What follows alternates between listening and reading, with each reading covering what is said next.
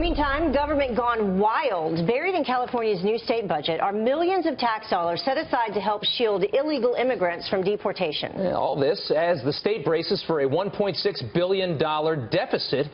So is this simply going too far? Here to weigh in is the author of Government Gone Wild and a contributor to The Hill, Kristin Tate. And Kristin, you've got over $1 billion in deficit. You've got a very spend-crazy, liberal state. Adding $15 million to the pot for something like this, it gets a lot of attention, I'm sure. Absolutely. This is insulting, not just to California taxpayers, but to all Americans.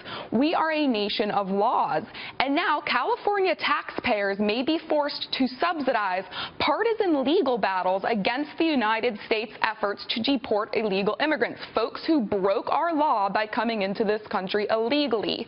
And it's just very insulting, and especially because California is a border state, so they have high rates of crimes committed by illegal immigrants. In 2014, which is the most recent year for which data is available, 75% of criminals convicted for federal drug offenses were illegal immigrants. That same year, 38% of murder convictions in California, Arizona, Texas, Florida, and New York were illegal immigrants. All of this data is available via the Government Accountability Office. It's right there, but most Americans aren't aware of it because the media won't cover it. Yeah, and Kristin, that's important to point out what you're just talking about, because when you break it apart, it's what, $300,000 laid aside for the legal fees specifically for these illegal immigrants.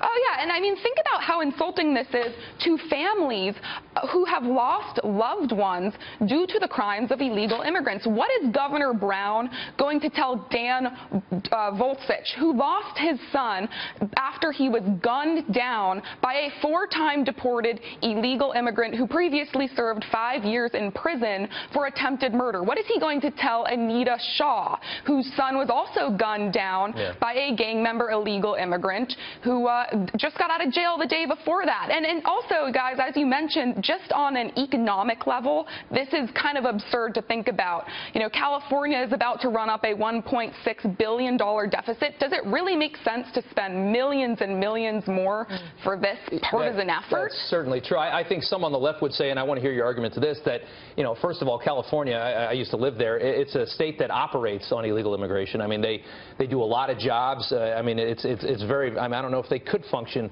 without it, and it would certainly be difficult for them. And also, I mean, I think they would say that you have a $186 billion budget. This is $15 million. It's a drop in the bucket. What's your argument to that? Very simple. This is about the law and about following the law.